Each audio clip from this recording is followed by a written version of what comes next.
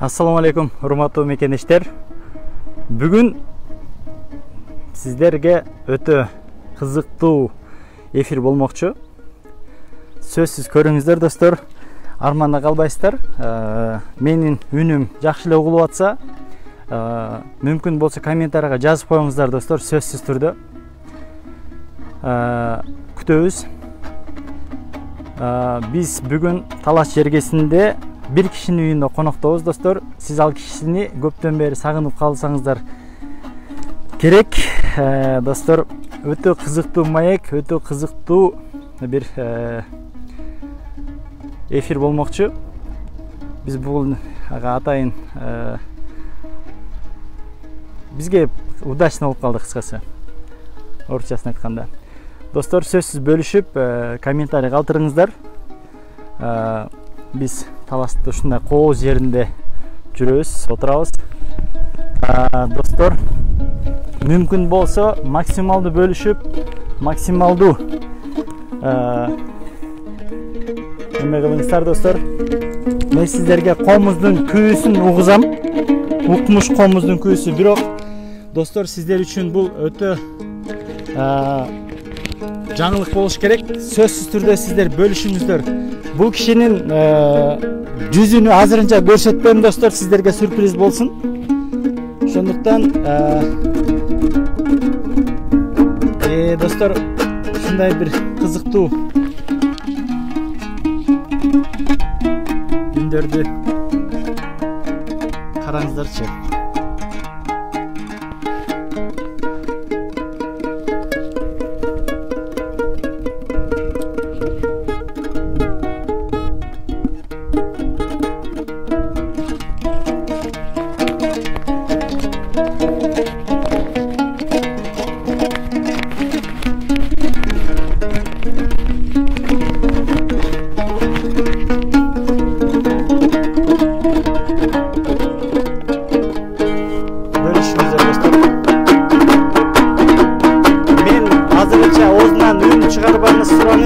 Деп айттым, ошондуктан азырынча күү угуңуздар.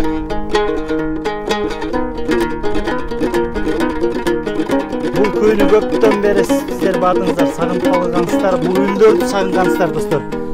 Анын баарыны буюрса, азыркы жакынкы убактарда жүзүн ачабыз достор. Мүмкүн болсо достор, комментарийлерде калтырыңыздар. Ушул чертип аткан, ушул комузду чертип аткан киши ким? Ким тапкан болсо достор, сөзсүз бизден белек болот, аны билесиздер. Комментарийга сөзсүз жазыңыздар.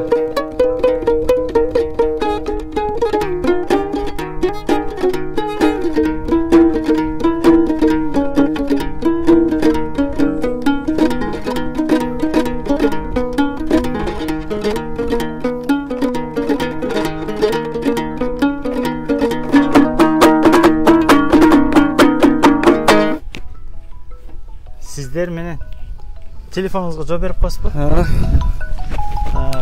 Мындай кылып турайын. Достор, сураныч, комментарий калтырып, сөзсүз бөлүшүңүздөр, достор, жазыңыздар. Бул киши ким? Тапкан аксакалдарга, тапкан кишилерге мен өзүмдөн айтып алайын дедим, достор. Бул киши көптөн бери атактуу аябай күчтүү ырлардын автору. Жазып жүргөн ырчылардын кыскасы достор, табыңыздар достор, табыңыздар. Дагы бир сиздерге мындай неме болуш үчүн бул нерсени көрсөтсөм сиздерге оңойлук болоттур. Ошон үчүн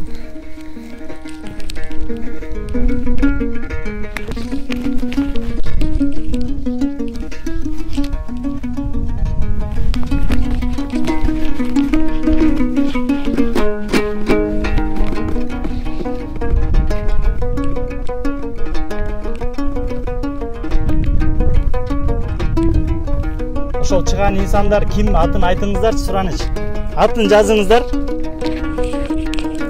Чыган инсан эмес, такшалган инсан.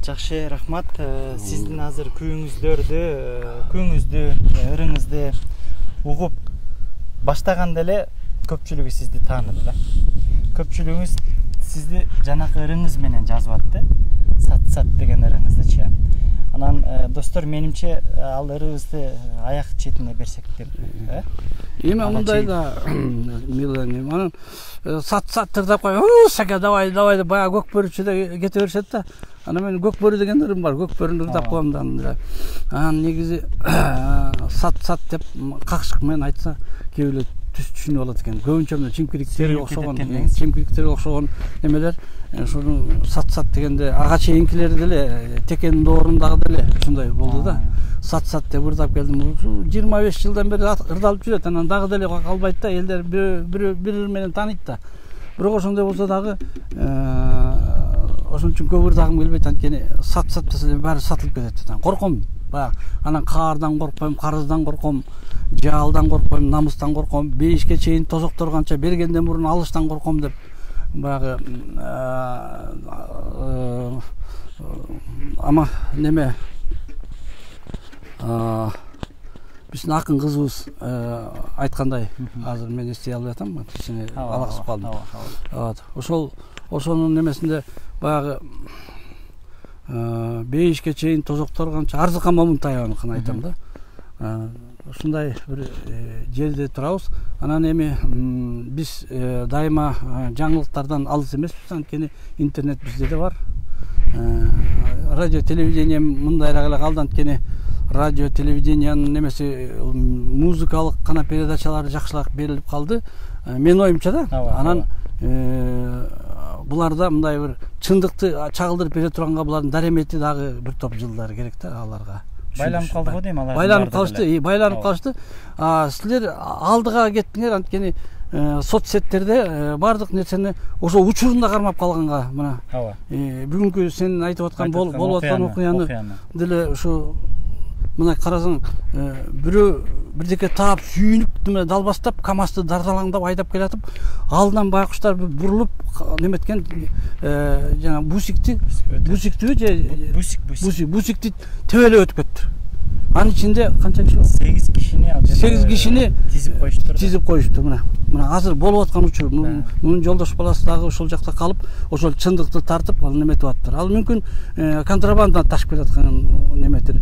Аны эч ким билбейт, но бирок эгерде унчукпай милицияларга эле жөн коюп койсо, алар барып бияк жабылып калат деп ойлоп атат да. Анан ошон үчүн ушундай болуп, чындык дайыма ушундай бир кыйынчылык менен чыгат да. Жалгыз чыгып тоскон болсоң жазайын, жабыркаса жашоодогу сапарым, муңдуу кайрыгыларыман угулса, мунун баары чындык сенин азабың деп. Муну чындык деген жаман экен. Бу чындыкты айтып, сен түрмөдөн алып чыгып, мынакей сен ушундай кыйынчылыкта болдуң, сен деп мен жанында жүрүп, ырдап, коштоп, канча ырларды чыгарып жүргөн адамыбыз мынтип эл башы болгондон кийин, мени да унутуп койгондон кийин, анан эмне деп айтам да? Эмне деп айтам? Жок, унутпайт.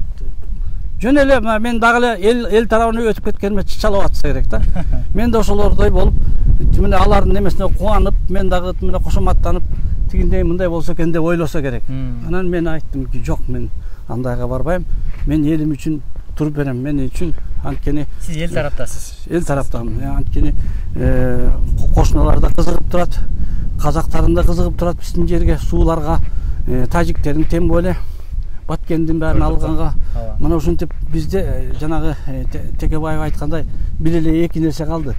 Биздин тоолорубуз, биздин бир тууган сактап кала турган. Экинчи ар намысыбыз. Ушу ар намысыбызды кетирбей, көрүнгөн чимкириктерге алданбай, көрүнгөн шайлоолорго немете бербей, элдик кеңеш менен биригип, курултайга алып барып, ушул ар бир чындыкты мындай курултайга коюп туруп, мына ушул туурабы, туура эмеспи деп чечип алсак жакшы болот. Ошодон коркушат да баары. Ошодон жан алгычтай коркушат. Мына жаштардын баарысы до конца деп кетип баратышат. До конца болбойт. До концанын артында аксакалдары бар, чалдары бар, балдары бар, оорусуктоолору бар, аялдары бар, назиктери бар, кызык сулуулар бар. Ушулардын баары до конца эле кете берсе эмне? До конца деп шымышып алыш керек. Ушундай бир токтотуш керек ушундай до концаларды. Балдар айланайын, каяка баратасыңар силер? До конца деп туруп. Артыңарды, апаңарды, энеңерди ойлосоңор, до конца деп эле жылаңачтанып албай. ошон үчүн мына силердин ошого ишенип шерденишип анан кийин башыңарды же болбосо неме Камчыбек Кыдыршаев айткандай мен бир паста немеңер тилиңер сууруп алам дегендей. Ушундай сөздөр айтылып кетип атпайбы? Албетте мен андан алысмын. Аларда деле боор бар, жүрөк бар, сезим бар. Сезимин ойго турса, мындайга барбайсыз деп ойлойм да. Түшүнүктүү. Биз бир ушуга чейинки суроолорду эл берип аткан суроолорду биз жооп берип кетели.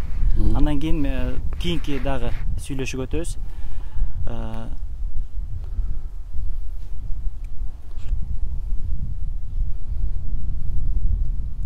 Урматтуу мекендештер, сөзсүз түрдө сиздер комментарий калтырыңыздар. Азыр ушул убакытка чейинки жалаң сизге каалоолор болуптур. Ден соолугуңузду каалап сизди көргөнүнө кубанып атабыз деп аябай бул жакта комментарийге жазып атышат.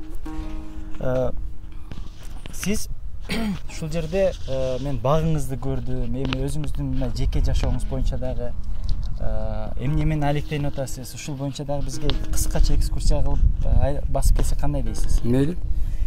Достор, биз буга чейин көрдүк, бирок сиздер дагы көрүп коюшуңуздар керек. Аксакалыбыз биздин кишибиз, патриот кишибиз. Ишенип койбеңиздер, көпчүлүктүн колунан келбейт мындай нерселер. Көпчүлүгү сыртта жүрөбүз. Ушул нерселерди кылбай. Көпчүлүгү сыртта, Кыргызстандан ушундай бир азаптардан качып сыртта жүргөн көп биздин мекендештерибиз бар. Кылса болот экен. Ошого кандай үлгү катары сиз өзүңүздүн кеп маегиңизди айтып, бир топтор мынтип айтышат. Ушу Сагынбек убактылуу өкмөттүн немесине ичи коюнуна кирип, ошолордун айткан немелерин кылып отуруп, анан ушундай немеге жетти, бак сатып алды, ушулардын акчасына миллиондогон деген сөздөр бар да. Ушулар абдан жаңылышат да. Мен бакшакты алардын колунан эч качан алган бир тыйын да албайм. Атамбаев деле учурунда өзүнө колдонду, бирок мен ошонун учурунда мен ага эмгек кылып бердим. Бирок эмгегимди ал баалай алган жок, анткени ал ишенгени илмиянып болду. Мени ошо накаду сатышты, ошойдон анан мен алардан алыстап калдым. Анан Текебаевди тем более билем, анан Текебаевдин жана Ош окуясындагылардын баарын билем. Ошол жакка барып элди тынчтандырганга да аракет кылып жүрдүк. Бирок мен мына Бакиевди алып келгенге дагы мен себепчи болгом да. Анткени ушу Акаев кетсе эле Бакиевди койсо өзгөрөт, булар жакшы иштейт экен деп. Адамга бир адамга ишениш болбойт экен. Баягы бир бизде жомок бар го, бир улам эле келип ажыдар, улам келип эле чаап кетет. Улам эле ажыдар чаап кетет, анан алар каяка кетип атат деп баягы артынан изилдеп барса үңкүргө кирет экен. Үңкүргө кирсе анын ичи толо алтын экен. Алтынды көргөндөн кийин ажыдарга айланып калат экен. Мына дал ушул ажыдар азыркы учурда болуп атат да. Жанакы СССРдин убагында мультфильм да чыккан. Мультфильм ажыдарга кирип, ошондой.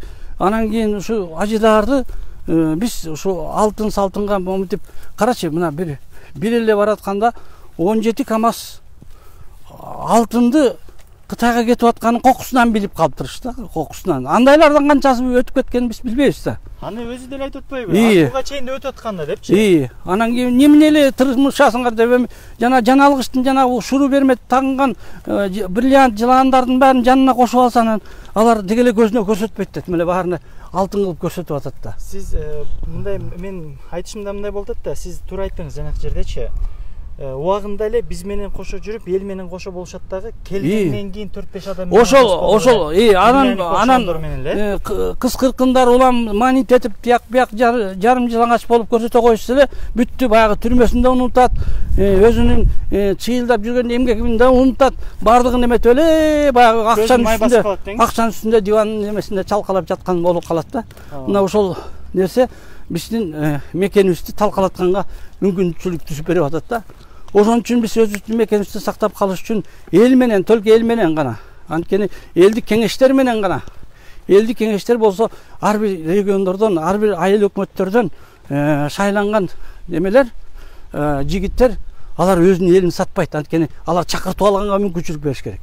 Өзү алып келип аны ошол жерден уят карып туруп кайра башка кишисин жөнөтүш керек. Мына ушундай мүмкүнчүлүк болсо анда болор эле. Мына кече Оштон жөө жүрүш болуп ошону көрүп калдым да.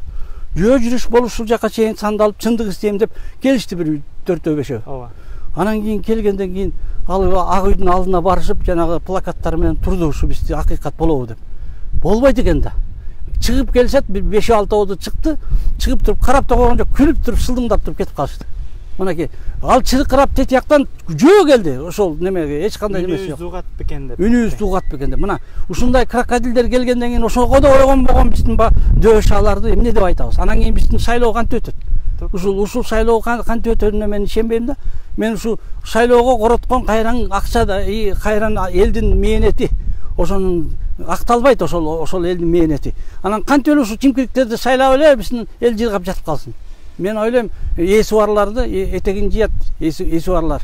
Эси барлар эсиги жоктор болсо до конца деп коюп неметип отургандар, алардын ата энеси жок, же бир туугандары жок, кыз кыркыны жок, же болбосо сулуулары жок, келинчеги жок, ошол адамдар гана до концалар барышат.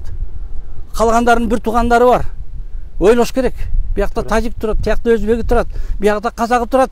Кече тажик менен согушуп атканда оғдары менен Арахмонду снабдить эткен казактар турат. Мына ушуларды көрүп туруп, мына түбөлүк бир тууганбыз дегендер кана ким? Өзүбүздүн намыс койгон абалдар, жигиттер, башка эч ким турбайт. Мына Айсулууга окшогон кыздарыбыз чыгып атат. Бүт дүйнөгө таанып деңиз. Ооба. Жанагы сиз бир чогулушта уктуңуз беле? Садыр Жапаров мына президентке аттанып ошол эл менен үгүттөө жүргөндө бир аксакал айтып атат да. Садыр Жапаров сиз Садыр деди. Жапаров деген жок, Садыр сен тосмон алдың деди, ак үйдүн четинде тосмон алдың деди. Бирок ак үйдүн ичиндеги жанакы жаналгыштардын тосмостан өтө аларсыңбы? Ошого күчүң жетеби? Бизди унутуп калышыңды деп ошондой эле алдын ала айтып койгон экен да. Бул азыр соц тармактарда аябай тарап жүрөт ошолчу. Аксакалдын айтканы. Туура. Ошол сөздөрдүн баардыгы унутулдубу дейсиз? Эми мындай да, кээ бир молдолор абдан мындай айтышат да, ой силер туура эмес, мындай динди дагы мындай неметесиң, шылдыңдап баратасың деп ушундай айтышат да. Ошондой бир немеден айткым келет ракурстан. Мен бир Кочкорго чогуу баратканда, Кочкорго бир концертпи бирдеке бир чогулуш болот деп мен барып калдым да. Ошондо мен өзбек ажы менен жакшы мамиледе элем. Анан ошо машинесине түшүп алдым. Ошол машина менен кетип баратабыз, анан шам болуп калды. Шамга мен жетишип калышым керек, мен Кочкордо болуп калышым керек деп тим эле жанталашып айтады. Эми эмне баратасың ал жака Кочкорго деп ошентсем. Ушу биздин десем айтат, мен аял алганы баратам дейт. Жок окуй. Кандай десем, ушу бирөөнүн неме 10 классты бүткөн кызын ошо аялды калат экен да, токолдук. Антке сүйлөшүп коюштур апасы менен. Анткени ал деле кредит төгөт, же бирдеке төгөт, карыз болуп калды да. Жана алып аткандан көрө кызымды берип кутулайын деп ушинтип кызын соодалай берип атпайбы? Кредит маселеси мына. Мына ушундайга бизди такап койду да элдин баарын. Анан ушул нерсенин баарысын эл өзү же мындай бир элдик кеңеш менен чечпестен, курултай менен чечпестен, ушундай нерселер менен чечишип, ушундайга көнүп калып, анан бети жоктук болуп көбөйүп бараткандарыбыз да, айыл жоктон көбөйтүп атат да. Эгерде Садыр болсом, мен буларды бөлөкчө болмок эле деп ойлойм да. Анткени элге салып туруп, элдин кеңеши менен, анан бир чоң чечимди элдин кеңеши менен чечиш керек. Ата чимкириктер менен мына 6-Созовдо 1 жылдык немесин кантип төлөп берет?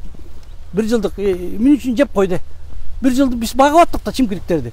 Бизге злой, итти акмакчылык закондору менен биз багып аттык 1 жыл. Кошуп. Мына буну ким төлөп берет?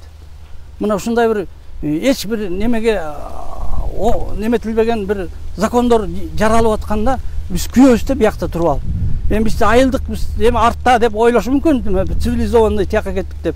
Ал жакта цивилизованный түтүн жутуп, кыш кызын дем ала албай жаткан немелер менен иши жок. А бу жерде таза аба, баардык жер шарт бар. Мына ушул мен бу жерде мына бир теплица, күн аскана.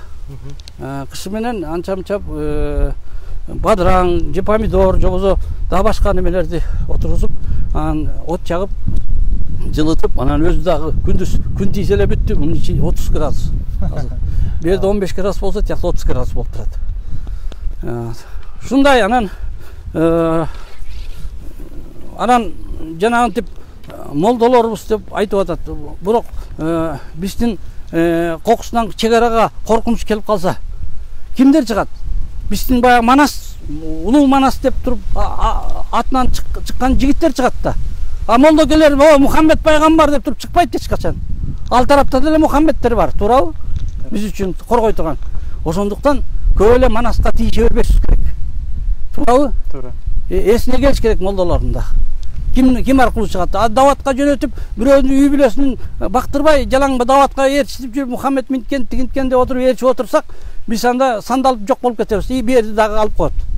Ушу жаштардын кетирбеске айла аракет кылыш керек, айла амал кылыш керек.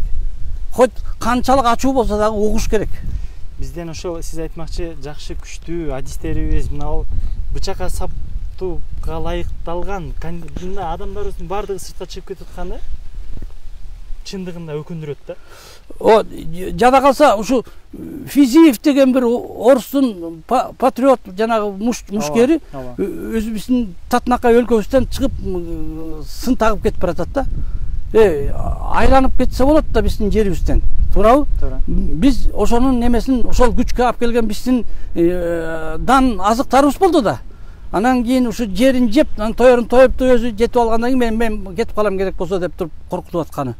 Эми, конечно, ал өзүнүн абийири, но бирок мен ойлойм, что ушундай болуп, анан өзүм мен тияктан табам, бияктан табам дегенден көрү, аз болсо дагы мына жерибизди иштетип, мамытып, мал күтүп, өзүбүздүн тоолгон неметип, жайлоого чыгып, анан кышында келип, кыштоого келип, анан мындай немелерди өстүрүп койсоң, ушу үзүрүм берет да, картош өсөт, бу жерде өрүк өсүп атат, кара өрүктөр учурунда абдан бу жерде быйыл жакшы болгон жок, анткени ысык болуп, погода кичине эметти, бирок анча мынча алдык түшүм. Мына ушундай бир нерселерди кылыш керек да. Анан дагы эмне деп айтам, ушул негизи биздин жаштарга айтарым, мен музыка дүйнөсүндө жүрүп, жалаң саясийларды, кайдыгерлик, кайф заман, сат деген ырларды ырдап жүрүп, мен деле заслуга алсам болот беле, жок дегенде мына элге теңеп койсо болот беле де. Значит, мени Бакиев да жек көрөт, бирок өзү корыстный цель үчүн колдонду.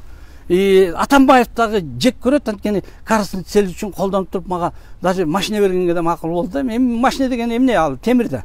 Эми бирок мен ага ыраазымын, то что ал мен неме эмгегимди баалап тигинтип неметип койду, кичине жылдырып койду мени. Бирок биздин жерибиздей жерди эч ким бере албайт башка. Жери бере албайт. Ким казактар береби? Кенесаны кайда алдырып койдук го мына. Ошого ээ болбой калдык. А биздин тиги сарыгыштакты, карагыштакты мына таластын үстүндө алып коюшту. Жайлообуз. Ал жерде текелердин түрлөрү бар, кулжалардын түрлөрү бар, немелер бар. Бүт ошонун баарын алып коюшту. Биякта кан жайлоодо атака кылышып, ал жерге тосмо кылып туруп, баарын тосмо кылып ташташты. Кана ал жеткени. Кече Тажикстандан Рахмондун немесине барып алып туруп, Кыргыздын беделин түшүрүп, улам барып туруп, улам кошоматын кылып келип атышты. Биздин өзүбүздүн немебизди айтканга, элди кеңештен айтса, сразу айтмак элдер, момундай кыл деп. Значит, чимкириктерди угуп барды да. Чимкириктерин уккан үчүн бизге уят болдук. Элди уккан жок, бирок элдин бардыгы барба деп. Бүт бардын айтып турушту. Ооба, барба деп. Анан уккусу келбесе эмне кылабыз эми? Ал бриллиант жыландардын жанында жүрөт. Бриллиант менен оронуп алгандан кийин укпайт экен да. Турушат да аларчы. Жанакы көпчүлүк айтып атпайбы азырчы? Жаштар, элдер, биз, ушул Садыр Жапаровду биз колдоп атабыз. Алга биз аягына чейин колдойбуз дейт. Эми аягына чейин деген сөздү булар до конца дейшат го. Аягына чейин болбойт эч нерсе. Аягына чейин болсоң сен азыр эле чыгып туруп үйүңөн бошотуп туруп, анан кийин аягына чейин чыга бер анда. Сен үй жайың бар да, ар бир жердин огороду бар, же болбосо дагы бирдекеси бар, туурабы? Кантип кыясың ошону чужой келип туруп эле отуруп алса, ала допу менен кийип алып тур. Ооба. Ушинтип ушуга макул болуп, кыздарыңды берип, макул болуп до конца деп туруп отуруп алсаң болобу? Булардын кошуналар бири-бирине снабжать этип атат. Биздеги эркиндикти эч ким көрө албайт. биздей боло албайт. Анткени казактар да боло албайт антип. Өзбектериң да, тажиктериң да тем более. Афгандыктарың да боло албайт. Биз кыргыз гана боло алабыз ошого. Биз ошого татыктуу болчук. Эми ошону до конца шыпырып берсек, биз эмне каяка баратабыз, балдар? Айрыкча жаштар деңиз. Өзгөчө жаштар өпкөлөрүн чагып алып туруп, койчу дешет. Койчу эмес. Сен ар бир тоң, ар бир учугу, мына мен Шыралжын деген жерибиз бар мына жерде. Казактарга берип коюптур. Казактар топурагы менен апарып туруп, тете башка жактан барып туруп неметип атышат. Ал жерде бриллианттардын бар түрлөрү бар экен. Таштары түнкүсүн карасаң 5-6 түрдө улам 2 сааттан жаңырып тура турган, түскө айланып тура турган таштар бар экен. Ошонун баарын казактар алып атат. Мына бир жагын карасаң, тажиктерге ок дары берип атат, кыргыздарды кыргыла деп. Мынакей достор. Эми бирок мен баарын душманды кылгым келбейт. Мен казактарды аркылуу биздин жана айтыш деген сонун немелерди берип атпайбы? Мен кубанам, но бирок дос болсоң дагы мындай дайыма айбалтаң кошо жүрүш керек экен. Достун достору болот. Туурабы? Туура. Биз өзүбүз күйбөй, жана Америкадагы бирөө жанында туруп алып өлдү экен, карап койчу, өлдү деп карап туруп, анан кийин ушинтип кайдыгер неметип өзүнүн жигитин салып берип туруп, өзүнүн кыргыздын жигитин. Жаш бала мончоктой болгон татынакай жигит экен. Ошону салып берип туруп, анан кийин мурасына жеткенден кийин эмне болду? Шермендес чыкты. Бүт видеодон көрүнүп калды, айтылып калды. Эми ошолорду следствие текшерет дечи, анан бирок деги айтам да, мындай ушундай бир чыккынчылыкка барган, ушундай немелердин баягы башчыларды көргөндө биздин ит атайыбыз туулуп атпайбы? Биз оңойт деп туруп, оңколотуп атпайбыз, оңойбуз деп туруп. Керек болсо мен дөшөгө башымды коюп берем. Эртең эле светти жоголатам, эртең эле минтип кетем деген немелерди угуп алдык да. Уктук да. Уккан жоксуңарбы? Уктуңар. Уккан жоксуңарбы? Ушундай нерсени абайлап сүйлөш керек. Кыла албайсыңбы? Айтпа. Кыла алсаң, мына ошону аягына чейин кыл. Ушундай нерсени айтып келет да, ичим күйөт да, таң көрүп. Бул турмушта жалгыз бизде жанакы мисалы биздин өлкөбүздүн ичинде болуп аткан башка улуттагы адамдар бир аз эле туура эмес, биз кыргыз тараптан туура эмес мамиле жасаганда, ал өлкөлөр күчтүүлүгүн көрсөтүп бизге мындай күчүн көрсөтүп атат да. Кыргыз эли, кыргыз жарандары чет элде түрдүү жерде өлүп атат, түрдүү жерде өтө азапка чектелип атат да. Бирок Кыргызстандын немесине күчтүүлүгү жок экени көрүнүп турат да бул жердечи. Жок, эми бул жерде күчтүүлүгүндө эмес. Кеп биздин ошол элди чогултуп мамиле кыла албаган жетекчилерде. Ошолорду чогултуп кичине ынандыра албаган жетекчилер, жумушчу таап бере албаган жетекчилер, анан кийин бул чимкириктердин таап келген Кытайдан ар кандай бир дешевкаларга сатылып кетип аткан жетекчилердин немесинде болуп атат да. Эми мынагу ушу кечеле ушу Кочкор эли каргап аткан немени Акылбек Жапаровду жанына коштоочу кылып алыптыр. Ошондой эл каргап атканда каяк деле, башка кылып атканда каяк деле көп немелердин баарын аферистик жол менен тапкан, жумуш кызматы учурунда, Бакиевдин учурунда Ширшовторду тапкан, ушулардын баарысын эми кайра алып келип туруп коюп атса, анан эмне кимге айтабыз?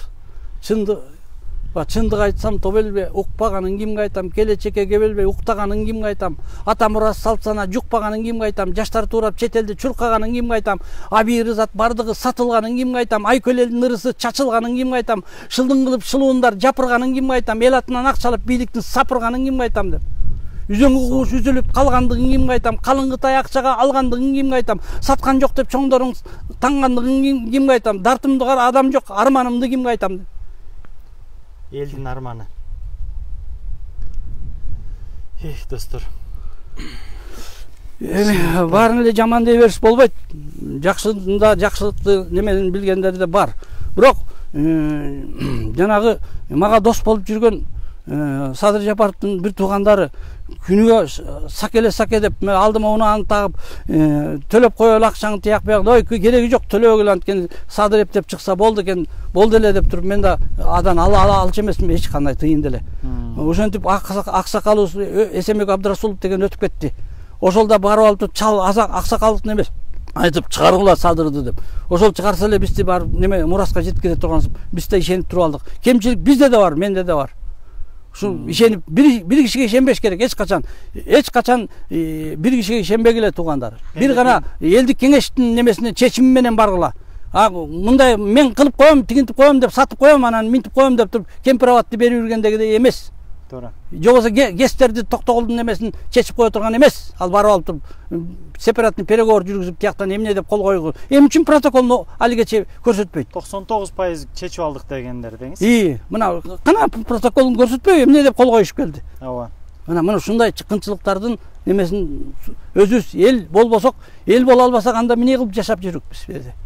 Анда сиз мындай дейт экенсиз, жалгыз буларга ишенбей, эл өзүнө өзү ишенип. Ооба, элдик кеңештерди кылыш керек. Мына шайлоо болбойт. Шайлоолордун эми болсо, баягы биз эл чарчадык деп унчукпай койсо, булар өтүп кетиши мүмкүн. Ошого булар эсепке алышып атышат да ошону. Анткени эл унчукпай коет. Биз акырын өтүп кетебиз да, анан кийин өз чимкиригибизди жана калган какырык сакырык түкүрүктөрдү калчай беребиз деп ушинтип ойлоп атышат. Эми мен деле ойлоном, что мына бүгүнкү передачабыз өтө курч болуп кетсе да мен кечирим сурайм. Анткени чындык болуп атат да. Аны мен жашыра албайм да. Мен болгон нерсени болгондой айтып берип атам да. Болгон нерсени ырдап берип атам да. Мен баягыдай күчүм жок. Баягы келип туруп мен площадьтын жанына барып, кокуй эле минтип атат, тигинтип атат деп ырдачу элем ошол убактарда. Канча жерлерди ырдадым. Анан ошентип Ош базарына канча жолу ырдадым. Ошол жерден элди чогултуп алып туруп, ошол жерде чубалжыган миңдеген кишилер жолду бастырттым да. Ошодон мен түрмөгө да камалдым кичине, анан штраф салып, анан бошотушту. Анткени өзөн кууш кетип атат. Майрам Акаев митип сатып атат. Мына келип алып шылдыңдап кетти. Акаев келип туруп бизди шылдыңдап кетти. Жетишкен демократияңа ушуу деп туруп. Мынакей шылдың кылып туруп, анан 1 миллионду берип койсо ошого мактап жатып калдык. Азыр Майрамы да келип атат, калганы да келип атат, баарысы келип атат. Максими да келип атат. 90 киши өлгөн биякта эле калды. Кое турлачы, таңсы өлсөңөр өлөт турасыңар, биякта эле өкүртөп доход келген атат деп ар кандай немелерге алданып атат. Кеп акчада. Кеп акчада. Мына ушуга баратасыңар элдер. Кимге баратасыңар? Каяка баратасыңар? Кимдин артынан баратасыңар? Токтогула, өзүңөр келгиле. Ар бир жерде элдик кеңештер түшүрүш керек. Ар бир жерде чогулуп алып туруп анан кийин курултайга барыш керек. Курултайдан анан чечилсин. Биздин эмес. Ато келген эле конституцияны оңдоп баштайт. Келген эле конституцияга алып жетет да. Конституцияны мындай жашайбыз. Сен ким окуп туруп, ошон бөлтүрүп бөрүп ашып, ушулар бизге тимеле майталкан жазып берди. Аны тегин билбей туруп эле жаздырып берсек бизге каяктан билесиң? Ал калмакпы же башкабы, же өзбекпи же тажикпи, ким билет? Тажиктер деле ээрчип жүрүү жанында. Ошол чимкириктер деле кийин көп нерсесин көрбөй калыппыз, эми байкап атабыз дегендер чыгып атпайбы арасында? Ооба, ушундай болуп атат. Жанагы сиз айткандай, орустардын эски акындары жазып кетпеди беле? Азыраак урдасаң түрмөгө түшөсүң, көбүрөөк урдасаң бийликке келесиң деген. Туура. Ал абдан туура. Азыркы немен ушундай болду. Анткени міне миллиардты урдуп алган Матраев эми анча-мынча бир 100 000 сом берип койсо деле унчукпай калат да, туурабы? Сотторуна бир 200 000 берип коет, унчукпай калат. Калган өзүндө Шадиевке окшогондорду деле урук жиликтери жыргап атат, ошолор берип коет. Ал деле тиякта жыргап атат, мейли деп койду. Анан башкадагылар дагы мейли деп койду. Үй камагына чыгарып турган акырын кетирип койду. Мына ушинтип да мекенди түзөбү? Ушинтип өлкөнү түзөбү? Эч кандай болбойт. Бул жөн эле мындай мародёрлук, кыпкызыл эле мародёрлук кылып неметип атып барат. Жанагы бир жыл мурда бир социалдык ролик чыкты эле. Кыргыздардыкы чыгарып аябай маанилүү чыкканда, бир аксакал мал базарга барып малын сатып маршруткага түшүп атканда, жанагы кисавер деп коет эле илгери. Карманщиктер деп коет азыркы. Аксакалдардын акчасын урдап маршруткага чыгып, анан аксакал маршруткага 10 сом бере албай чөнтөгүн какылап калганда эч ким барды каргып, аксакал түшүңүз дегенде жанакы урдаган акчаны урдаган бала келип аксакал мен сизге төлөп коеюн деп туруп, ооба көргөм, батасын бергендер. Ооба, мына айланайын бар бол деп ага бата берип атабыз. Бизди урдаганыңар үчүн рахмат деп бата берип атабыз. Ошо чоңдорго, бийликтегилерге, чимкириктеге баары бата бердик да. Ооба. Анан барып туруп жанагы алтында жана Молдалиева деген абдан эми үчүн кытайларды киргизбейбиз. Керек болсо бизге үйлөнгөнгө да уруксат берели деген аялдын мен Алтын Казык деген ресторанына кирип көрдүм. Алтын ичи чистый эле алтын бүт эле. каяктан акча, деңиз ошолордун бардыгы. Анан ошолор анан кантип анан ушул бизге кыргыз тарапка сүйлөсүн да. Алтында турушат, алтын. Мен ага көз артканым деле жок, алтын өзүнө буйрусун. Бирок мен ушу элдин немесин ушунчалык талоонго салып, элдин немелерин, элдин рызкысы канча шорду мындай законду түшүнбөгөндөр, же болбосо дагы бир неме бир баягы учурунда баягы неме ала албагандар, жана жер үлүшүн ала албай калгандар, ушулар калып калды да. Ана ушулар аларга жардам бериш керек. Жардам бере турган бир неме кылыш керек.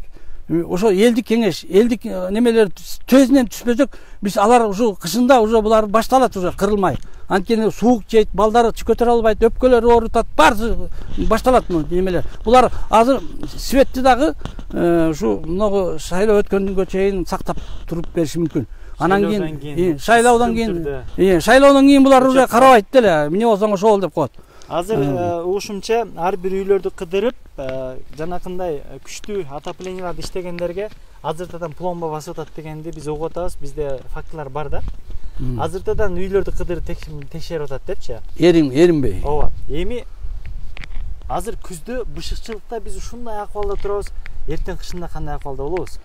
Күздө эле кыйналып башташты. Анан эми мен албетте өзүмө жетишерлик өзүм оокатым бар. Анткени картош айдап койдум, жүгөрүм, кичине неме бар, мал жаныбыз бар. Анан эми башкалар жок да, көпчүлүк калды. Сүт ичпей калат. Сүт жеткизе турган май заводдорду жок кылып атат. Кээ бирлер эт комбинаттарынын немесин жок кылып атышат. Кээ бирлер болсо заводдорун сразу күрөөгө коюп туруп ошолорду жок кылып атышат. Ошонун ордуна кытайлар келип атышат. Ошолорго неметип аткандар мына көрбөдүкпү? Мына Россияда эле жыргап кеткен жери жок да. Мына Дальний Востоктун бүттүгүн кытайларга берип коюп эми шорлоп атат. Алардын токой немелерин баарын чырпыгына чейин алып кетип аткан кытайларды көрүп алып. Мына ушундай нерсе бизге талоончулукка бизге салып бергендей, мындай мээ керек да, мээни иштетиш керек да, айланайын. Эми бизди ак каранын баарын тааный турган адам келди го десек, кайра бизди караларга салып берип атпайбы, айланайын. Мен ушуларды көрүп, каяктан биз өнүгөбүз? Каяктан биз өнүгөбүз?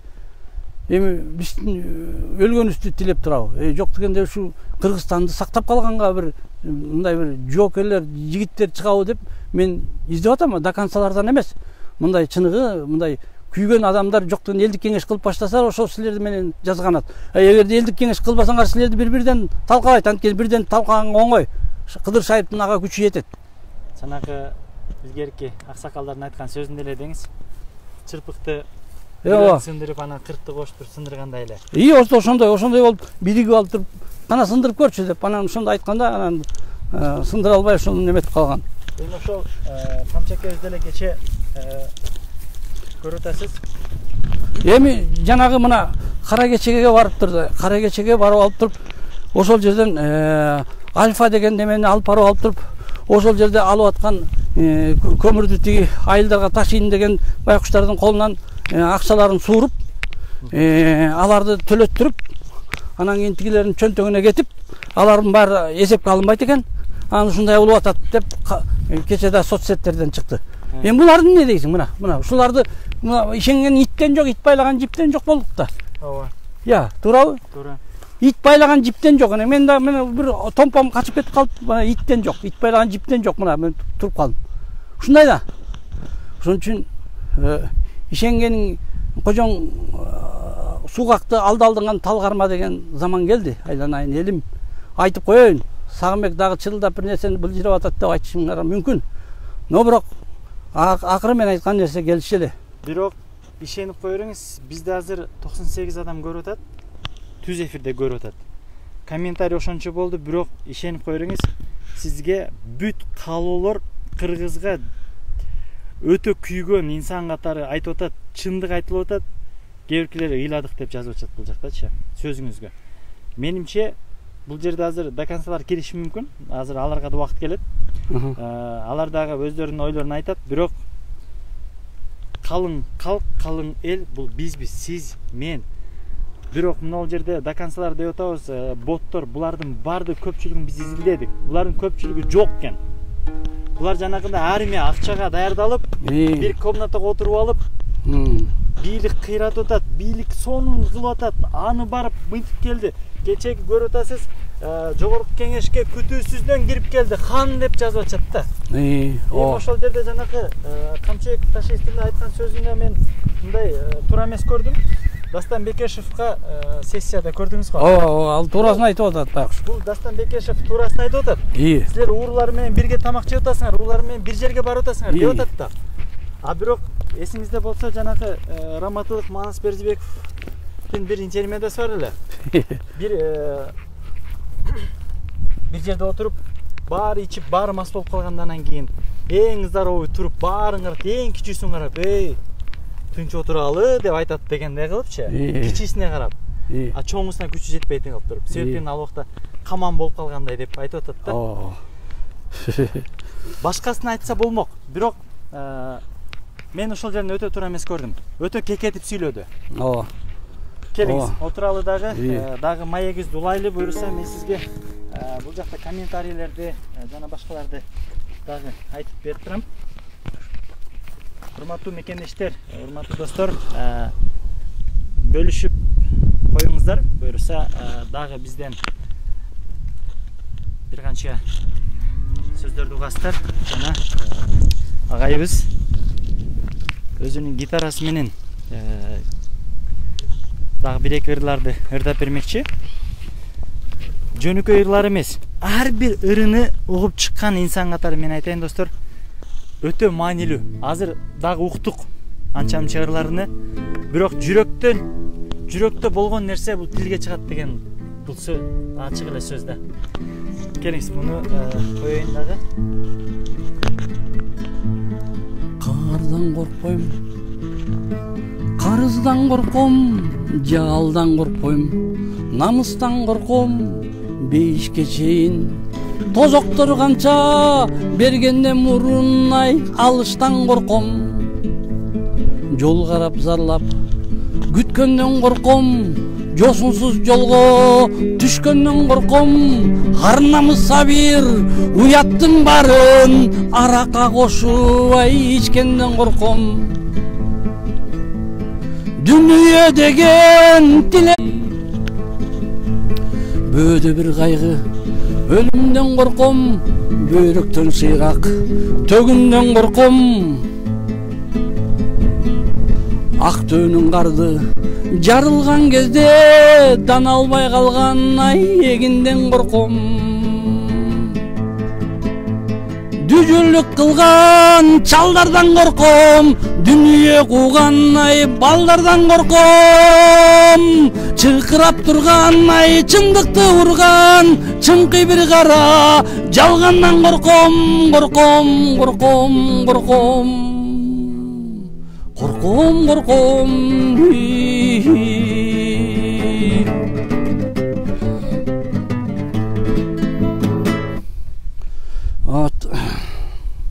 Жеткиргенге, чакырганга улам эле, мисал үчүн менде бир Кабалан Балкыбеков деген катуу жазган неме акын бар эле да. Бир убакта ошо Шайлообек Дүйшеевди деле мен чоң акын кылдым го деп элестетем. Анткени филармонияда чогуу иштеп калып мен стул көтөргүч болуп анан кийин ошонун ырларын эле оон чыгара берчүм деп. Анан саясий ырларын анан улам саясий жакка түртүлүп барып анан кийин кайдыгерлик дегенди жастаткан ошо мен болгом. Ошо кайдыгерлик, эне тилин унуткандар, Мурик эмес Муратмын мен. Ошол убакта баяу эле экенбиз, ошол убакта жыргалуучу экен.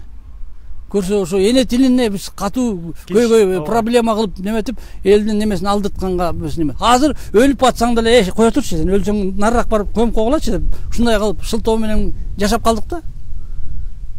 Бирөөлөр чыркырап атат, жана Америкадан өлгөнү, жана моментип бирөө болсо асмандатып бул жакта той өткөрүп атат.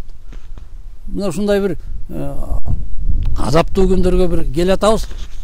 Өзү деле Кудай таалам өзү эле бир жакка апарып аткан сыйт да, мен үчүн бир кемени бир жакка алып бараткан сыйт. Туңгуюкка алып бараткан сыйт.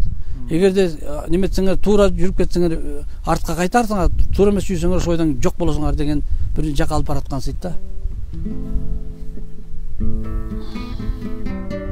Мунагу балдар үчүн чыгарган чыгармаларым бар да мен. Эшке чыксак актап, мына аппак Кар калың жапсалыптыр, карасаңар кызыктай, кара күчүк мышыктар аппак болуп калыптыр деп. Тоңолондук топтой, тоңобуз деп коркпой, чоңдор тез басышат, алар кайда шашышат, жыгылабыз дешет, оңай жылгаяктан качышат.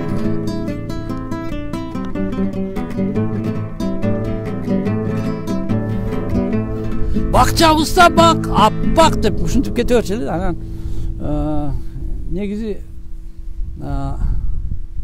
эми кайсы бирин айтайын, анын баарын элдер кичине билер.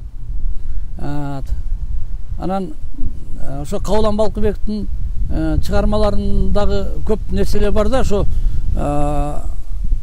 азыркы заман боюнча мен экөөбүз мындай сүйлөшөбүз да. Анан мен айтам, мындай болуп атат, тигиндей болуп атат, тигинтсе болот эле, тигинтсе. Анан ал ырга айланып атат да ошону. Ырга айланып туруп бияка берсе, соцсеттерден азыр замок койдуртуп, ошонун окутпаганга атайын СМБ дейби, башка дейби иши жолтоо кылып атышат да. Ушундай болуп атат. Эрке токтогулдай эле экен да. Ошондой болуп калды. Эми баягы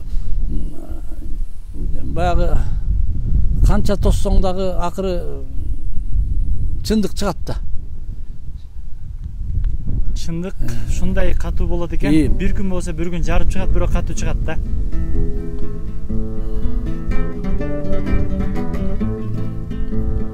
Суу алдында болгонун тоо билеби, суу жемирип кеткенин коо билеби, онтотпосун жараткан өз пендесин, ооругандын кадырын соо билеби, ооругандын кадырын соо билеби, тамыры жок экенин таш билеби, табышмагы тагдырдын баш билеби, баш билбесе өзүнүн баш экенин, пайдасы жок көркү бар каш билеби, каш билеби, көрк бергенин ааламга күн билеби, көлөкөдөн бүткөнүн түн билеби, мээримине жараткан чулга баса, мерес болуп калганын дил билеби, дил билеби. Булуттардын көз жашын жер билеби, булактардын кадырын көл билеби, эс акылын шайтанга жетелетип, эл болуудан каларын эл билеби, эс акылын шайтанга жетелетип, эл болуудан каларын эл билеби, тамыры жок экенин таш билеби, табышмагы тагдырдын баш билеби, баш билбесе өзүнүн баш экенин, пайдасы жок көркү бар каш билеби, каш билеби, көрк бергенин ааламга күн билеби, көлөкөдөн бүткөнүн түн билеби, мээримине жараткан чулга баса, мерес болуп калганы дил билеби, мерес болуп калганын дил билеби.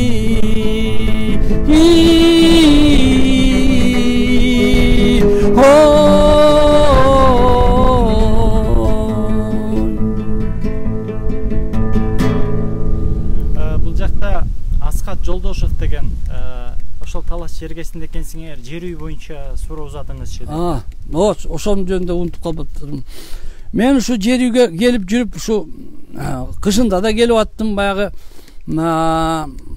өтмөктүн ар кандай жолдорунда басып өттүм да, кышында да ушундай. Анан кийин ошондо бир ыр жазып койдум эле, мындай деп. Таластан шаарга ташынсам тайгаланган өтмөк бар. Өмүрү жолду карабас, өлөсөлүү өкмөт бар деп. Анан ошону өткөндө Садыр Жапаровго да айтып бердим да, ушу өтмөктү көрсө Путинди ортого салган болуп, неме ушу жер үйдү соодалашканы келишиптир да ошондо. Анан мени эмне эле ошол жерде сен булар баары сакке кетип калыңызчы, сизге төлөп берем акчасын, тигиндей мындай дешип неметип атышкан. Анан мен болбой, эмне үчүн, мен акчам өзүмдө деле бар. Мен турушум керек. Келсе келсин, келсе көрөбүз. Чыкса чыгат, чыкпаса кете берет деп ушинтип элдин ошол жерде бир 100 кишини кармап ошол жерде тургам. Анан ошондо чыгып келип анан костюмчан жемпирчен чыгып алып анан үшүмүш болуп анан тигиндей мындай ошондо айткам мен жол кандай экен десем сонун экен жол дейт. Эми анын жанында татынакай кыз отурса мүмкүн ал жолдун дүңкүлдөгөнүн деле байкабай калса керек деп ойлоп калдым да. Анан ошондой жолдорду биз ошондой күнүгө өтүп атабыз да. Биздин жалгыз артерия ошо да. Казактар менен өтө албайсың азыр жаап койду. Аларга мына көрдүңбү күндүн ысыгына да чыдап коюшту. Малы кырылса да мейли, бирок Кыргызстандан өткөзбөйлү деп. Бизди байыганды көрө албай турат. А биз байып кетсек аларга тоже элдин баары айтып баштайт да, кокуй биз жыргабай калган турбайбыз, биз билбей калган турбайбыз деп. Ошон үчүн бирөөнүн жыргалчылыгын экинчисине көргөзбөш керек деген мааниде жүрөт да, ушундай неметип. Анан ушу биздин жер үйдү айттым, мына ушул жерде уран деген көп, радиация болот. Биздин талас өрөөнүн көчүрөбүзбү жакында. Бул жерде мына 17 тоннаны алтынды ошолорду неметип жоготкон биздин өкмөт ушу килтейген жер үйдүн немесин токтото алабы? Буну токтото албайт. Анткени Путин деп коюп туруп анан кыргыздарды коркутуп, баягы 16-жылдагы немени көрсөтөт дегендей кылып туруп анан берип койду да. Эми ушунун залалы кимге тиет? Элге тиет. Эл ошол жерден көчүп баштайт. Анан биз дагы анан да жаман болобуз. А булар ойлой берет, ушинтип жашай беребиз деп. Же Кытайга көчүп барып ошол жактан ошол жана алтындын ырахатын көрөбү. Алар кытайлыктар эч качан чыккынчыларды кечирбейт. Сразу өлтүрөт. Бөркүндөй көр. Анткени аларга жашатпайт. Анткени өз мекенин саткан адамдарды башка жерге бирөөндө жашатпайт. Америкада боло берет. Анткени баары саткындар болуп көчүп барган ошол жакта. Ошон үчүн алар партия болуп неметип биз ошону туурайбыз деп өлүп атабыз азыр. Алардыкына жетишке дагы көп. Жок, биз өзүбүздүкүнө эле туруп алсак, биз алар бизге суктанат кийин. Только биз өзүбүзгө турушубуз керек. Элдик кеңеш курултай. Башка бирөөнү элчибей деңиз. Элчибей. Зачем алардын партиясын элчибей? Ар жактан Америкадан келген, Англиядан келген, Латын башка жактан келген, Бразилиядан келген немелер таргаштардын баары чогулуп алып туруп ошол жерде басып туруп Американы түздү да. Ошентип анан кийин алар партия болуп калган ошондон. Бул жерде жанакы билесизби, азыркы партиялар дегенде башка мамлекеттерге, башка өлкөлөргө эмне үчүн бул пайдалуу? Биздин партиялар менен алардын мамлекеттери көбүнчө келишим түзөт. Билесизби, убагында мына Садыр Жапаровдагы түрмөдө жатканда китеп жазып чыкпады беле? Биз Казакстан жергесинен мынча миллион доллар алып ата журт партиясын иштеткенбиз депчи. Бул мен ойлойм да, алар бирдемкени алдын ала максат коет дагы сөзсүз түрдө буларга поддержка берет. Булардын базы партиялар дегенде партиялардын баары бизнесмендер бүт бардыгы. Булар элди ойлоп эле өздөрүн ойлоп туруп эле кайсыл убакта акча кылып кетиш керек, же болбосо эптеп ошондон кылып кетиш керек да. Булар керек болсо азыртадан ойлоп атам. Чет жактарга укмуш нерселер жасап, ал жак уже даярданып да коюп. Азыр жада калса эң артта калган Ташиев да ошо бир топ нерселерди алып коюптур. Эми болуптур. Аларды көрө турарбыз. Но бирок мен ойлойм да ушу адамдардын биздин кантип сакталып келген ушунча кылымдардан бери, туурабы? Мына биздин жакында айтып атат Жириновский. Казактар көчкүлө, биз жерибизди бошотуп бергиле. Оғуздардын жери. Силер бу жерде жок болупсуңар. Казак деген нация жок. Деп ушинтип чыктады. Анан кийин дагы немелер ошол Госдумадагы орустардан чыкты. Анан ошенткенден кийин казактар ойлонушуп туруп, мурун бизди киши катарында көрчү эмес да. Анан айтты: "Эй, орустар, силер көтүңөрдү кыскыла. Анткени Уралдан бери, Оролдон бери, Кызыл Жардан бери ошо биздин немебизди силер колдонуп келатасыңар. 6 айдан бери, Хакастан бери, Кайзактардан бери, Энес айдан бери ушундай неметип келатасыңар. Биз бир эле элбиз, кыргыздар менен" деп ушинткенден кийин орустар унчукпай калды. Туурабы? Ошол жерде кыргыздардын. Анан эми азыр карап көрсөм, мына Чыңгыз хандын немеси неме кече немеде Сармерденде айтып атпайбы? Бир убакта дейт Чыңгыз хан дейт, ушу чындыкты баласынын өлгөнүн ууз үчүн дейт, домбурабызга дейт коргошун куюп койгон дейт. Коргошун куюп дейт кулагына. Ошентип анан неметкен деп уже өздөрүнүн немесин айтып атат да, версияларын айтып атат. Значит, bizde ошол нерсени кыргыз каганаты болуп кыргыз деген Германиядагы эски карталарды көрбөдүкпү? Ошондо кыргыз каганаты, казак деген жок болчу, өзбек деген жок болчу, тажик деген де жок болчу. Мына ушундай. Анан Темиркан айтып атышат го дагы. Темиркан тажичка кызды мана салган деп. Эч кандай Темир деп тажиктер Охан деп айтышат. А Темир деген кыргыздар деле бар. Темиркандын кызы болот атпайбы? Кыргыздын кызы да. Канекейбиз. Мына биз да кошоматчылыктын мындай чеги болуш керек да. Мына кошоматчылык кылып туруп биз өзүбүздүн энебизди тажичкада болуп атылганда ошо шыйпалаңдап неметип атабыз. Өткөндө тиги жанагы Болгонбаев да айтып атат. Биздин тиякта тажичка энебиздин немебиз менен ушундай болдук деп. Ушу эл ырчысы жок дегенде мындай бир тарыхты мындай үңүлүп карап койсо да, айланайын. Ким эле казактар бар элеби, жок беле ошонун немесинде. Ушундай нерселерди мындай арыңа келесиң да, ушуларды бар билесиң. Бирок ошолордун эли укканга мүмкүнчүлүк бербейт. Анан биз каякта бир еврейлердин өмүр баянын окуйбуз, баягы бир орустардын немелерин окуйбуз. А бирок өзүбүздүн тарыхка келгенде ток тормош жок, болбойт деп келатабыз. Мына ошондуктан ушул барьерден кутулуш үчүн ушундай нерсени жерибизди сактайлы да, элибизди мындай бир жактуу болуп аракет кылса ушундай бир жакшы жакка жетебиз деп ойлойм. Бул жакта дагы бирөө суроо берип атат, бир бала. Нурбек деген бала экен. Азыркы куралган өкмөт боюнча суроо узатып коюңузчу деп. Азыр министрлер кабинети болуп ачылбадыбы? Ал жерде Акылбек Жапаров жетектеп, Акылбек Жапаров боюнча өз оюңузду айттыңыз. Эми курамы боюнча дагы бир аз.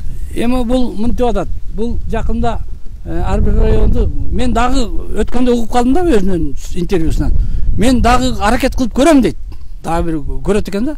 Анан ушу райондорду дейт, Японияга берип коюш керек дейт, бирөөнү Түркияга берип коюш керек дейт, бирөөнү дагы мындай өнүккөн өлкөлөрдүн Францияга берип коюш керек. Анан ушулар өнүктүрбөсө, анан айтыш керек дейт. Ошолордун тең болуп калып, ошондон өзүнөн өзү эле биздин эл өнүгүп кетет дейт. Бул эмне деген абсурд, айланайын. Кимдин сөзү деген? Бул мен аялымды төрөтүп берчи дегенге эле барабар да, туурабы? Бирөөгө жалдарайт экен деп, мен аялымды төрөтүп берчи деп. Мына ушундай негиздүү нерселерди ушул айтып аткандан кийин, анан биз ушуга ишенебизби? Өзүңөр ойлонуп көргүлө, мүмкүн Акылбек Жапаровдуку туурадыр. Достор, бул аксакал өзүнүн оюн айтты. Ушул боюнча туура эмес пикириңиз болсо, сиз сөз комментарийга жазыңыздар. Туура деп ойлосоңуздар, сөз лайк басыңыздар. Анда эмесе дагы бир бул жакта суранып атат.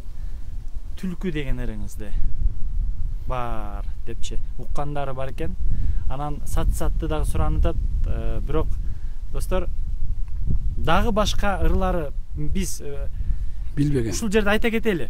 Достор, Телеграм кимде болсо, Телеграмда атсаңыздар, Сагынбек Момбеков деп жазсаңыздар эле Телеграм каналы бар. Ошол жерде ырлардын түрү жазылган. Дагы ошол жерде казып бир сире өзүңүздөр уксаңыздар, андан укмуш ырлар бар, достор. Биз бир күн эртеден кечке эфир кылсак дагы түгөнбөгөн ырлар бар. Ошондуктан достор, көпчүлүк ырларын угабыз десеңиздер, ошол жакка кириңиздер. Андан биз көрөлек, угелек ырларыбызды укканга жетишели, достор. Ошондуктан мен өзүңүз каалаган бир биз угелек, эл угелек ырларыңыздарын ырдасып берсеңиз деген суранычтамын да.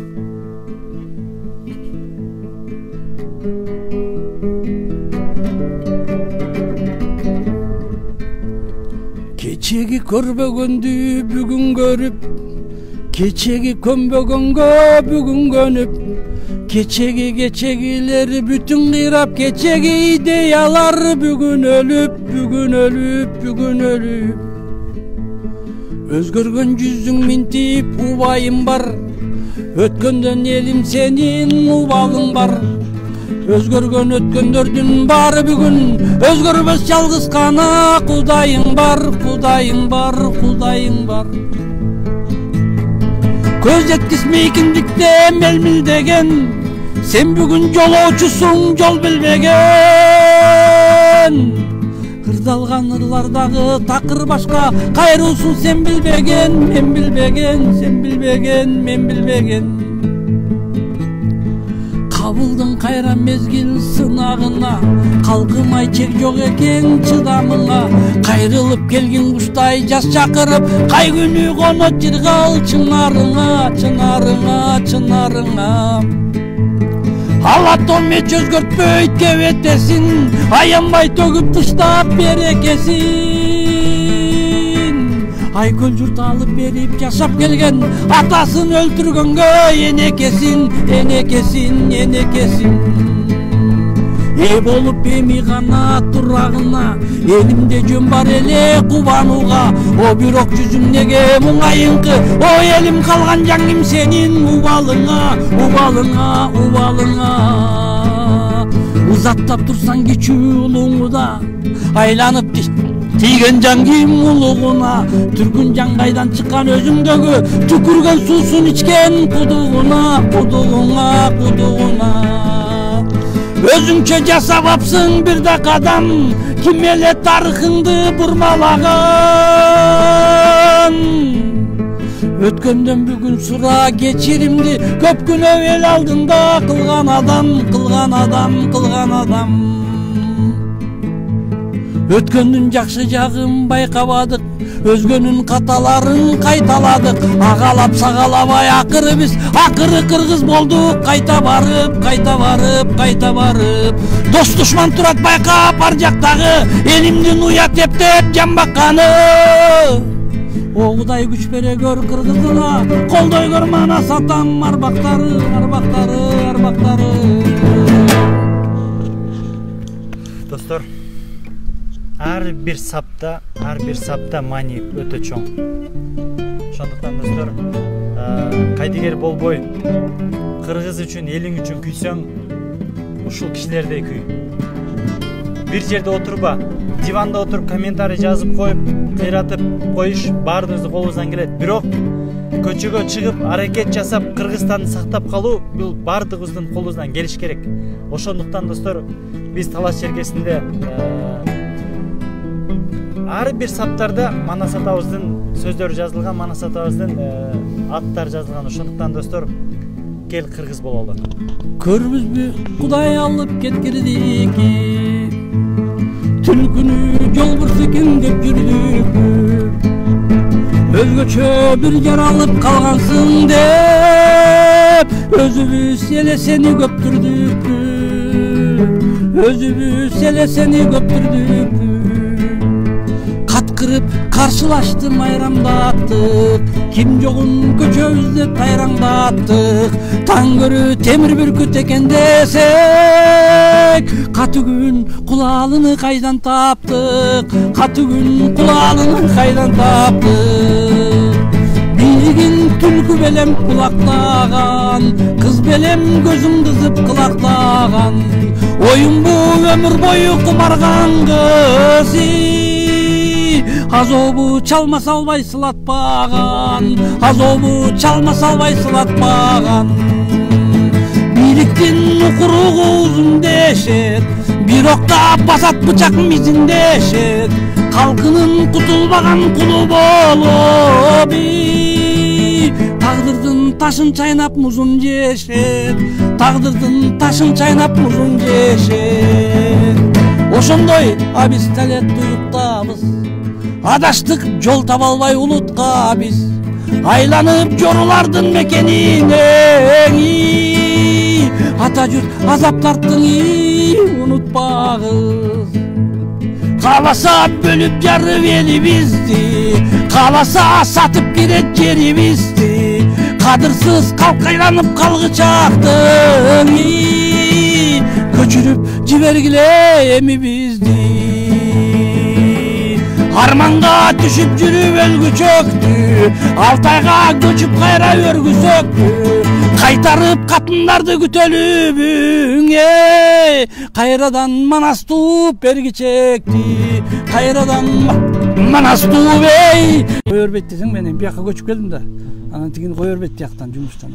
Жакшы немең бар экен, айлыгы 30 000 жок дегенде, ушул жерге иштей бер, эмне кыласың, аякка барып айылдын баарысы бияка келет шаарга деп неметкен. Ошентип кемпирим бузганга аракет кылды. Анан мен барып гитарамды алып барып анан неметсем акчаң барбы, мүмкүн акча берсек бизди кое берет го деп ушинтип. Анан акча жок, менде гитара бар. Элдин баарын чогултуп чоң стол кылып турган, мугалимдердин баарын чогултуп анан ошондо мен ырдап бердим. Ушул кишинин ыры Турмекбек болотун. Батчыдай өмүр күнүм, Кудайга жетип үнүм, кыйналып турганымда жанымда жоксуң бүгүн. Келсе деп бирөө жарым, денем от менен жалын. Күчтөй түйүлгөндө жанымда жоксуң жаным, жанымда жоксуң жаным. Жолуңду карай берип, келсе деп самай берип, жыртылган күтүмдү кайталап жамай берип, телеп кууну жан калбас ушул жашоо, жаныман өтүп туру, жаныман өтүп туру. Сапарым карып барат, сагынчым арып барат, бүтүнүм күтүнөн жүрөгүм талып барат. Телефон бурай берип, ар кимден сурай берип, үзүлгөн үмүтүмдүн учугун улай берип. Чарчадым мен, чарчадым мен, чарчадым мен, чарчадым мен.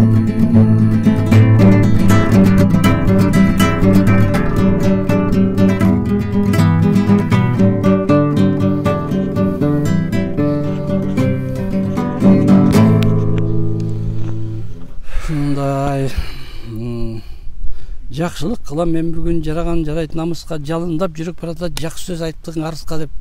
Керекке жарап калсак биз кетербиз балким алыска, бирок каяка? Каяка маселе ошондо. Каяка барабыз намыста. Азыр мен сиздин ишенсеңиз, мен өзүмдүн болгон мен азыркы убактымдагы сөзүмдү айтайын. Мен мынчалык күчтүү ырларды угат деп ойлогон эмесмин. Биринчиден ал жакта телевиденияданбы, соцсервистерден башка жактан уккан башка. Мен буга чейин дагы Баткенге чейин барып келген жаранмын өзүм. Баткендин окуясы болуп атканда мен ошол жеринен көрүп, мен ушундай изилденген адаммын. Жеринен көрүп, алдынан көрүп, маңдайына бетиме бет сүйлөшүп отуруп. Ишенесизби, ушунун баары мага эрк берет, мындай дем берет да. Азыркы сиздин айткан ырларыңыз, сөздөрүңүз, сөздөрүңүздү маанилери ар бир кыргызды ойготуш керек деп ойлойм да. Бул кыргызды ойгон деген эле ыр да. Кыргыз ойгон. Сиз азыр бир канча жашка келип калдыңыз. Бирок сиз келечекти эмес, сиз Кыргызстандын келечегин, өзүңүздүн келечегиңиз эмес, Кыргызстандын келечегин. Ошону айтып, бизге окшогон жаштардын келечегин ойлоп, биз жашап өттүк. Атасыз. Ооба, сиз өзүңүздүн жашооңузду мындай жарымдан көбүн өткөздүңүз, бирок ушунчалык күйүп жанып атканыңыз жетерби экен? Сиз ушундан жооп аласызбы? Жетишесизби жооп алып деген суроо. Мындай да, иним Милан, бу адамдар тезинен биригип, элдик кеңешке биригип калбаса, булар бизди сындырганга бүт күчүн жумшайт. Дем алдырбайт. Туура. Ошон үчүн элдик кеңеш менен гана мындай сакталып калабызбы деген оюм бар да, мен жаман оюм да. Менин оюм боюнча. Анан калгандар партия, сартия дегендеги хартия, мен буларга мен ишене бербейм. Ишенгенде иттен жок, ит байлаган жиптен жок дегендей ишенип жүрүп бүткөнбүз да. Атамбайына ишендик, Сатамбайына да ишендик, Бакиевине да ишендик, Ташиевине да ишендик. Эмне калды? Ишенбеген бир эле ушу эл калды. Элдин ишенимин жок кылып алышты булар. Элди ишенбейт. Мен оюмча ишенбейт болуш керек. Бирок эми азыр анча-мынча мал жаныбар кичине союп буларды түгөтөт. Анан кийин эртең келечеги жок. Анткени бул жер сатылган жер болуп калат. Бул биздики эмес. Баягы туу кылып сүйүнүп турмушка аттангам, ал азыр күйүнүп жалынга баткан жан. Бел кылып достукту чыкканбыз сапарга, ал эми боштук бу жолдош жок катарда. Көз жашыңды жогот, чекпейли жапа, а бирок саз биздики болот, кейбе бака пак. Бөксө кайрат толот, тартпайлы жапа, тоо биздики болот, кейбе пака биздики. Sonunda elestin, kayrıl dep жалынба, мен жалгыз эмесмин, жалгыздык жанымда. Düşemez ömrümde, jogottум жөлөгүм, jogottум өмүрдө намыстан бөлөгүн. Баарын алган тоноп, жаштыкта ката, а бирок саз биздики болот. Пока. А тоо биздики болот. Бөксө кайрат толот, тартпайлы жапа, тоо биздики болот. Эртең Кытайдыкы болот. Пока. Çölde kalaz жерде мындай. Биз кимге ишенебиз? Кимге ишенебиз? Ишенген иттен жок, ит байлаган жиптен жок деген ушул. Биз 1 сааттан ашып атат азыр эфирибиз. Мүмкүн болсо азыркы келе жаткан шайлоодо мындай элге кандай кайрылуу жасайт элеңиз? Ошондон аз болсо дагы бизди угаар деген адамдар чыгар. Да. Эми мындай соцсеттерге силер күнүгө берсеңер мүмкүн ушул жок дегенде мен үнүмдү жеткирип койсоңор мүмкүн ойгонуп кетер. Азыр 170ке чейин адам түз эфирде көрүп атат. 1200 адам көрүп коюптур биздин эфирибизди. 1200 адам. Азыр мен сизге бүткөндөн кийин бүт баарын көрсөтөм. Сиз өзүңүз кирип алып комментарийлерди карап кошо жооп жазсаңыз болот. Анан мүмкүн болсо жоопторду жана башкаларды дагы бир күн болбосо борбордо жолугушуп каларыбызбы жана башка. Мен сиз менен дагы аракет кылам эфирге чыкканга. Мүмкүн болсо ушунчалык эл суранып эмалса дагы келгенге аракет кылам. Бул азыркы сөздөрүңүздүн сиз бир 100дөн бирин угуп атабыз да бизчи. Дагы күйгөн ичиңизде укмуш нерселер бар. Анын баарын чыгаруу үчүн бизге өтө көп убакыт керек. Ушул эртеңки шайлоого. Мирлан, ошо эртең шайлоого кандай кыл деп айтасың деген сөз суроо болуп атат да. Элге кандай мындай жол көрсөтөт? Негизи мен мына молдолорго деле айтам да, мындай силер шариятты айтып атасыңар, но бирок бизди элди алдап тияка апарбагыла, даватка деп туруп үй бүлөсүн бузуп баргандай нерселерге апарбагыла. Баягы биздин салт түрүндө келе аткан намазды окуп 5 убак немесинде кармап жүрө берсин, болду. А башка кыргыз салтында. А эгерде жаңылыкты киргиздик дегенче баляга калабыз. Баляга алар да калышат, биз да калабыз. Анан ошо эрегиштен эрилөт дейт, анан биз арабтар менен душман болобуз, анан биякта тажиктери, анан өзбеги менен, анан казагы менен биз баары менен күрөшүп жеңе албайбыз. Анан көрү көттү кыскан бай болот дегендей мындай кысып кичине мындай токтотуш керек да, доконцалыкты. Убагында бир киши айтты эле ушул сөзүңүзгөчү, бир күчтүү ак киши айтты эле. Биз алдыга эмес, артты карап оңололу. Артты карап бирдемкелер жасайлы. Биз аксакалдарыбыз эскини кайра көтөрөлү депчи. Алдын эмес, келечекте. Ошол менен гана оңолобуз деп айткан сөздөр бар. Да. Ошол жакшы неме, балдар сүйбөйт карашты арт жагына карашат, алды жагы мейкин тала деп Нуралыга апарып жазганда, чалдар сүйбөйт карашты, алды жагын карашат арт жагына, арт жагында мейкин тала, жашыл өмүр өзөн, жайлоо сонун кала дегендей. Биз ушунда бүткөн экенбиз да анда. Бул да бир макале болду го өзү. Анан ар бир өз билген неметип, мунун көзү сонун экен деп баягы Мамакеев айткандай, президенттердин балдарын мактап, кыздарын мактап, сулуу экен. Ушундай нерселерди мактаган. Кайра биз ордуна келдик.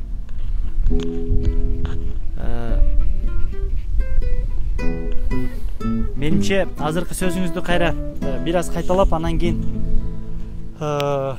неме кыласыз го дейм, аяктайбыз. Жана биз айтылбаган сөздөрдөн кыскача айтып, ушул сатып жүрүп жана бизнесмендер сатып алгандарга сатканыңдагы добушуңду арам, сатылганың да арам. Арам. Добушуңду бергең да арам, сатып алгаң да арам. Арам. Ушул боюнча сиз өзүңүз кыскача айтсаңыз, эртеңки мына уруп эми шайлоо келе атат. Буюрса ушундай эми мындай да, Шайлдабекова шайлоодун төрайымы болду, Шайлдабекова качан бир шайлооду түзүк өткөрдү эле. Таза өткөздү деңиз. Эми ошого ишенип аткандан кийин анан эми кимге ишенесиң анан дагы. Анан сатып алса дагы арам экен, сатылса дагы арам болуп атпайбы? Ооба. Анан ушу Акылбек Жапаровдун ар бир райондорду ар бир чет мамлекеттерге беребиз деген өз оозу менен уккандан кийин мен түңүлдүм да булардын немесинен. Түңүлдүм. Эми эртең бизди жашырып жаап, жанагынтип 16 тонналап, 17 тонналап туруп Кытайга алып кетип аткан неменен карыздан кутулгандын ордуна бизди алдап салдап, анан эң артында качып кетип туруп, анан кийин эчтеке төлөнбөй калыптыр, эми Кытайлар алып койсун деп туруп, Кытайга бошотуп бергендей болуп атат да мага. Эртең Кытайга бошотуп беребиз жерибизди да. Анткени төлөнбөй калды карыз. Анан көрө ошону ошол жака жөнөттүк десе, жанагы 17 фураны. Анда биз кичине ынанып, кокуй ушундай аракет кылыппыр деп айтат элек. Эми алардын бирөөсү да камалган жок да. Ошо көргөндөрү дагы, токтоткондору дагы, тапкандары да, каткандары да эч кимсе айткан жок.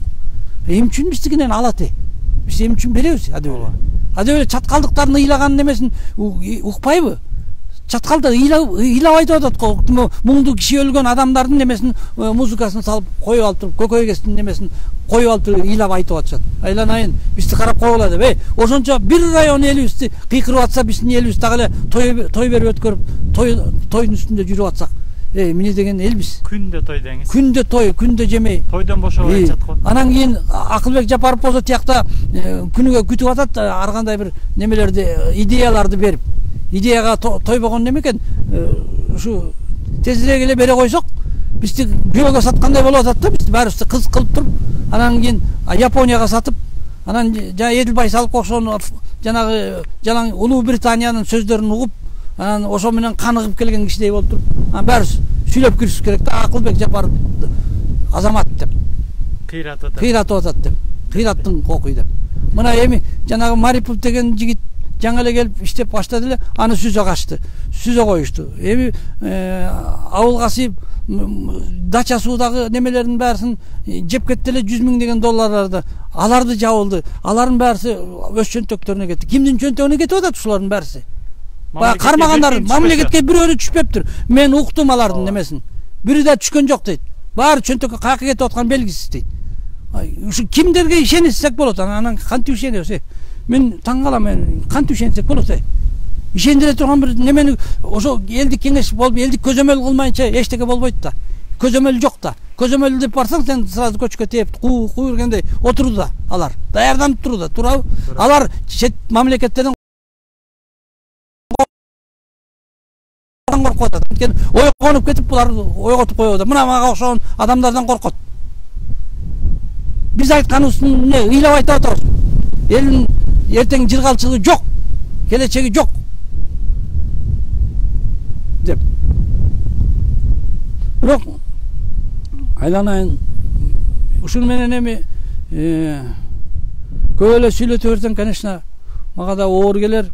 Бирок элдин чындыгын айтып коюш менин максатым, милдетим да. Анткени чындык жалгыз чыгып тоскон болсоң жазайын, жабыркаса жашоодогу сапарым, муңду кайры кырларымдан угулса, мунун баары чындык сенин азабың. Чындык деген жалгыз сөздөп көшөрүп, жалгандыктын жүрөгүнө көсөлүп, кийим салган адамзатка эң керек, жүргүм келди чемодандай көтөрүп. Жүргүм келди чемодандай көтөрүп. Ал оор экен салмагында ченем жок, бел кайышып олтурамын эми ойлоп. Жаштык кылбай, курчтук кылбай ал кезде, акыйкаттың аттап кетсем не болмок? Акыйкаттың аттап кетсем не болмок?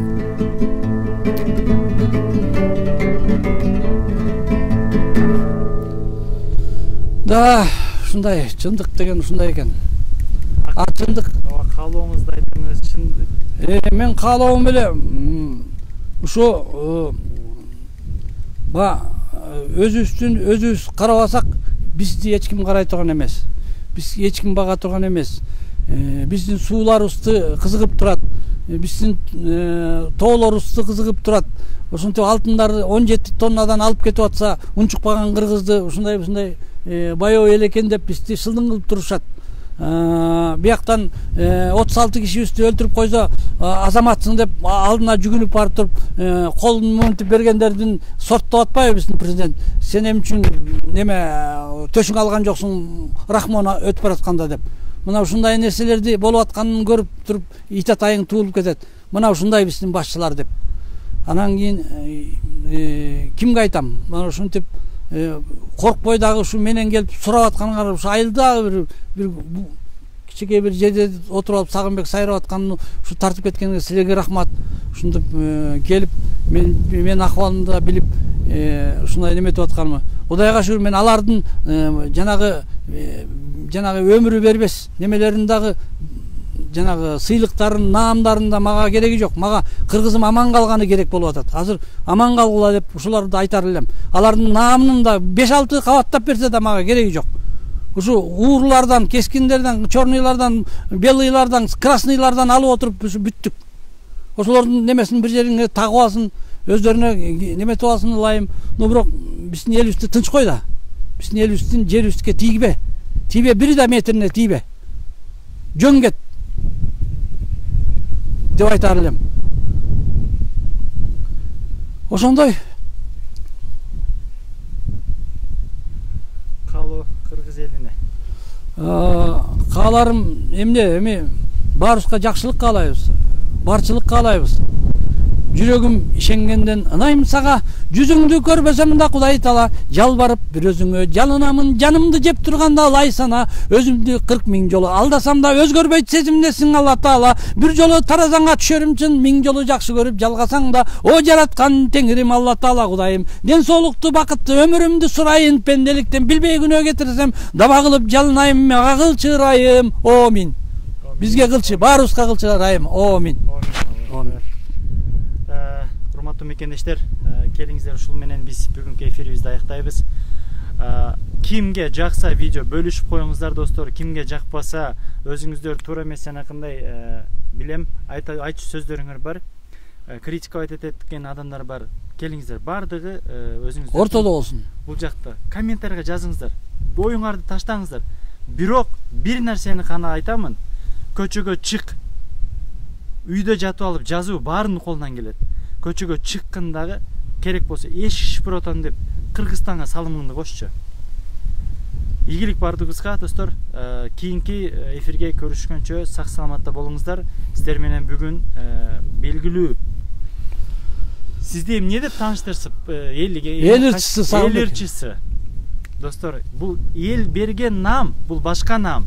Ишенип коюңуздар, бийлик берген наам башка наам. Ошондуктан эл берген сыйлык бул эл ырчысы Сагынбек Момбеков болду биз менен. Кудай буйруса дагы бир күндөрдө бир күн жолугушуп, дагы мындан көп сөздөрүнү дагы алып кетебиз. Ийгилик достор, бөлүшүп коюңуздар, комментарий калтырыңыздар. Рахмат сиздерге дагы.